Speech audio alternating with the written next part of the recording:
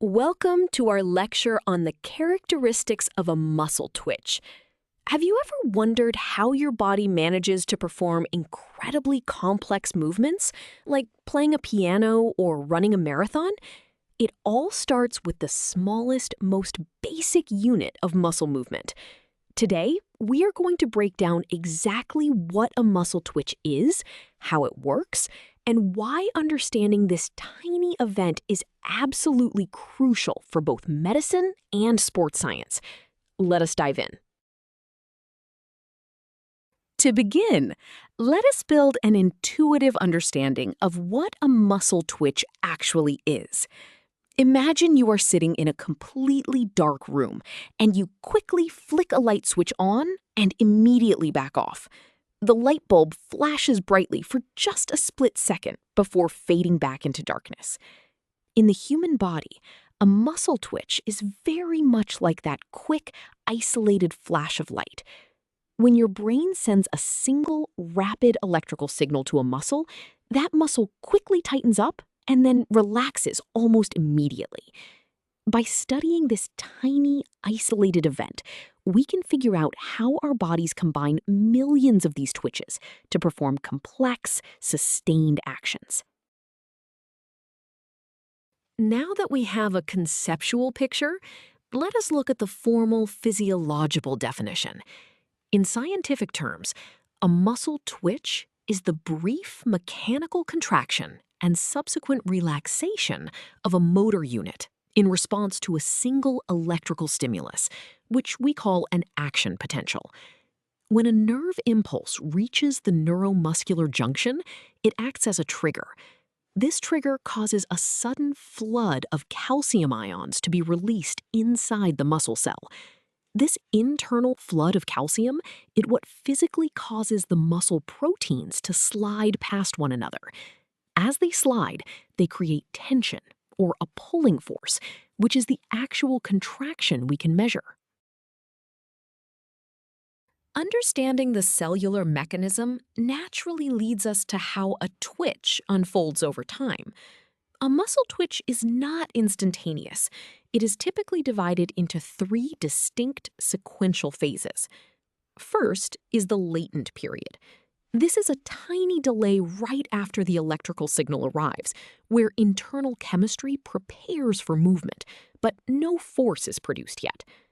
Next is the contraction period, where the muscle actively generates force and reaches its peak tension. Finally, we have the relaxation period, where the muscle loses its tension as calcium is pumped back into storage, allowing the muscle to reset. Each phase represents a specific critical cellular event. To make these phases perfectly clear, let us look at a myogram, which is a visual graph of a muscle twitch. On the horizontal axis, we have time, measured in milliseconds, and on the vertical axis, we have the tension or force generated. Notice the arrow at 0 milliseconds indicating when the stimulus is applied.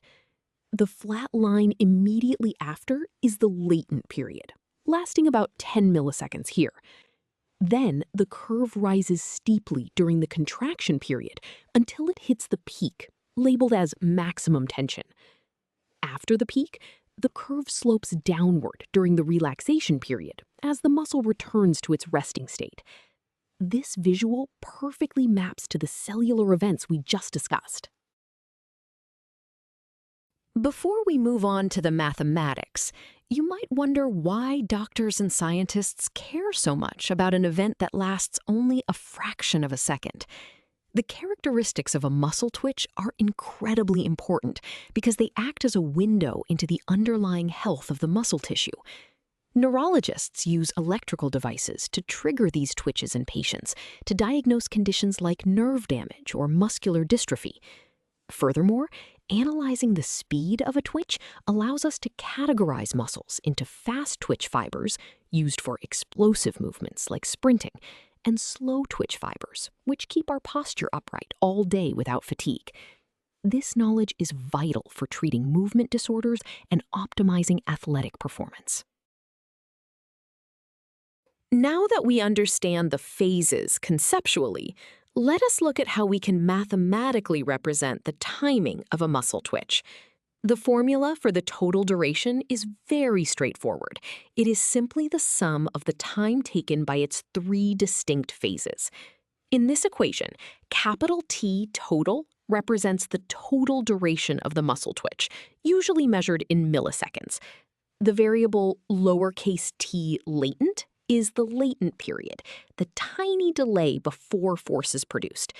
The variable lowercase t contraction represents the time it takes to reach peak tension. Finally, lowercase t relaxation is the time taken to lose tension. If any of these individual variables increase, for instance, if a cold environment slows down chemical reactions in the body, the total twitch duration will also increase. Let us apply this formula to a concrete example. A physiologist is testing a muscle fiber from the human calf, specifically the gastrocnemius muscle. We are given a latent period of 2 milliseconds, a contraction period of 15 milliseconds, and a relaxation period of 25 milliseconds. We are asked to find the total duration of this single muscle twitch. Because the total duration is the sum of all sequential phases, we choose our addition formula. We substitute 2, 15, and 25 into our equation. Adding these together gives us a final answer of 42 milliseconds. Physically, this means that from the exact moment the electrical signal hits the muscle to the moment it is completely relaxed again, less than half a tenth of a second has passed. Beyond just timing, we also need to measure how explosively a muscle contracts. This brings us to the rate of tension development formula. Conceptually, this tells us how fast the muscle is generating force during the contraction phase, which is crucial for athletes. In this formula, capital R stands for the rate of tension development, measured in grams per millisecond or newtons per millisecond. Capital F max represents the maximum force or peak tension the muscle achieves. Lowercase t contraction is the duration of the contraction phase.